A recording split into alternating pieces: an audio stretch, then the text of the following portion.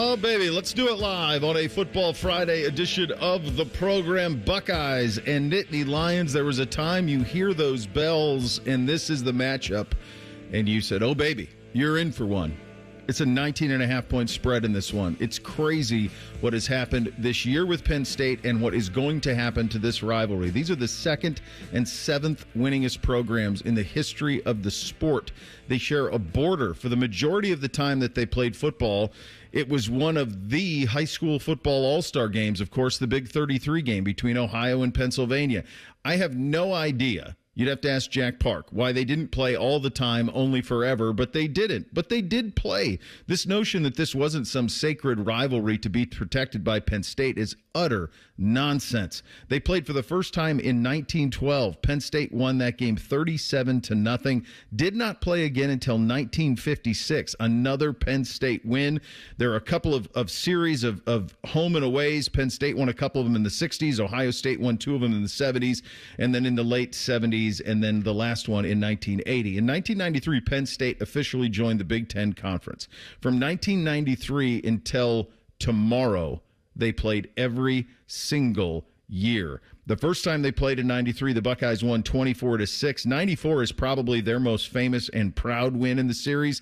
That's the Kajana Carter Goes Nuts game. 63-14 is the victory in that one. From 93 to 2000, it's a pretty even rivalry. Ohio State wins 5 of them. Penn State wins 4 of them. Since 01, it has been wildly lopsided. The Buckeyes with 18 wins to just 5 for the Nittany Lions. You think about the people who have played in this game since 93. I think sometimes we get thinking to ourselves of 93 as if it's recent. It's not. It's been a long, long time since 1993. What do you mean? I know. I don't like to be reminded of it either, but it has been. It's been a long time. You think about the fact that Woody Hayes coached against Joe Paterno, who coached against Jim Tressel. Think about that connective tissue of this series. Think about the last time you remember Joe Paterno walking down into Ohio Stadium feeling like it was probably going to be it. I was at that game. There was gravity to that game. Think about the classic games that we've had in the last 15 years or so. The Sackhoff game over there with Joey Bosa getting Christian Hackenberg down. J.T. Barrett played as good a quarterback as you'll ever see, to the point where it's almost referred to as the J.T. Barrett game.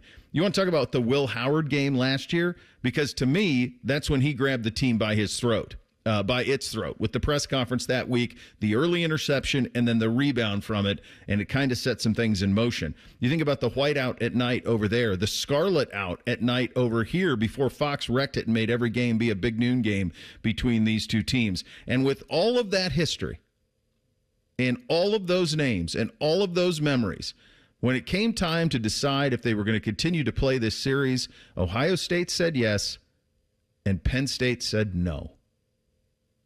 And this thing won't be played again until 2028. So the Nittany Lions limp in here, wounded, near 3-score underdogs in the game, and essentially they said, no mas. We're good. We don't need to play anymore. We've tried. It hasn't worked. We're not up to your standard. And we're going to go hide in the corner and play Rutgers in Maryland instead, because this is not a game we want to continue to play. And, folks, that is a damn shame, because these two teams should have been playing every year going back to 19 and 12 and every year in between, and they should play every year going forward. This game should be at night. It should be in late October, early November, over there or here. Either one doesn't matter. And this is one of those examples of college football, the Big Ten, and in this instance, Penn State, ruining something that has become very special through the years. Officer? Good morning, gentlemen. It does feel like with James Franklin being gone, maybe that attitude changes a little bit. Although the programs you mentioned that Penn State's kind of in league with now, that's where the Nittany Lions are going to be over the next couple of years. Like they'll get talent, but are they going? They're not going to. I don't expect them to fall down a chasm like Michigan did, but I don't expect them to be competing for a Big Ten championship anytime soon. And that's just where this it's not a rivalry anymore, because 2016 was the last time they won. Now, they've threatened, certainly, many more times since then. Yeah. But in the next 10 years, what were you going to get from... Would you rather put your vast estates, either of you, on Penn State making a Big Ten championship in the next 10 years, or Minnesota? Well, Penn State, but I just think that if you're them, the idea that you were handed a piece of paper and said, what are the 3 teams you want to play? And Penn State didn't write Ohio State. By the way, to be fair, they didn't write Michigan either. And I know Ohio State wrote down Penn State after Big Ten expansion. I don't know if Michigan wrote down Penn State, but Ohio State did.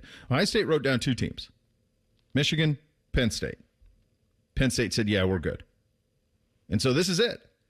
This is the last time you're going to see it until 2028 before these 2 teams meet again in the regular season. That's shameful, Beck. It's awful.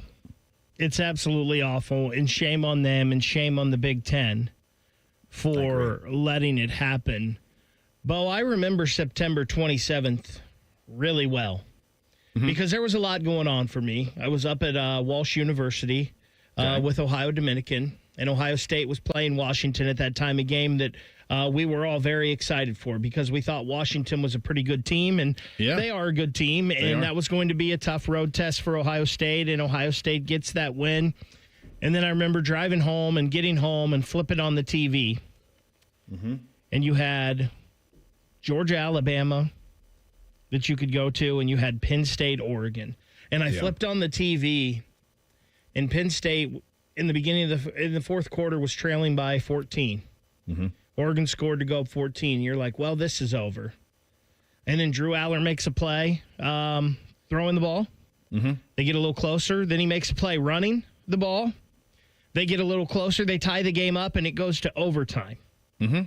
So they're whiteout, Penn State, overtime with Oregon. They're the number 3 team in the country. Yep. And 3 weeks later, they fired their head coach.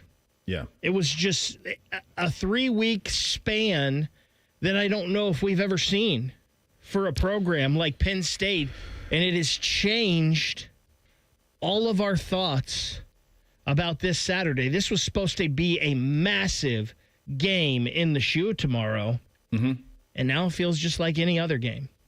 Yeah, and that's shameful. That's all shameful. It's also how fragile all of this is. It's fragile how college football is, how these teams are now. Maybe it's apropos that James Franklin isn't here for the last one, because maybe the one mistake that he made at Penn State was aspiring to try to be Ohio State. He had that press conference over here after one of his losses when he said, we're a good program, but we're not a great one. Or maybe he said, we're great, but we're not elite. I can't remember the exact phrasing of it. But the idea was we're trying to get to where they are.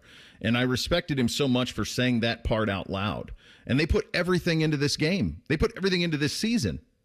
This was it.